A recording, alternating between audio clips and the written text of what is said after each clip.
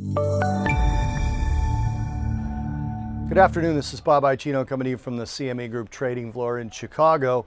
Talking currency futures, let's talk about the euro. The March futures contract existed in a very small range, a low of about 122.94 and change, up to about 123.71 and a half or so. That is a very small range. That's actually less than 0.1% for the entire movement on the day. So why are we talking about the euro? Well, it's because there were some Draghi comments and they were pretty advanced, pretty significant.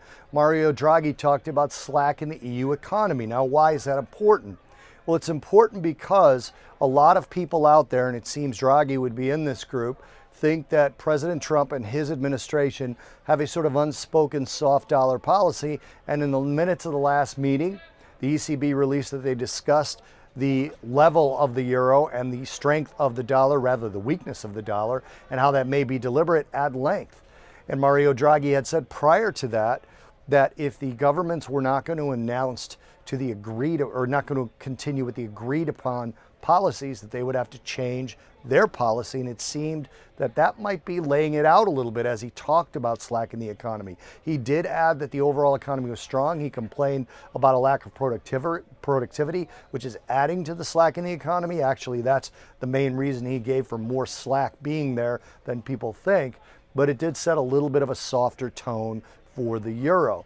Now the dollar, which again is the currency that the euro spends the most time trading against in the cash market, and it is what the futures contract is based on. The euro US dollar cash contract did start out a little bit higher today. It started out up, but then the overall tone of weakness for the dollar did take over and it pushed the dollar lower. It also existed in a very small range as the market awaits the new Fed Chair Jerome J. Powell's testimony to Congress over the next day.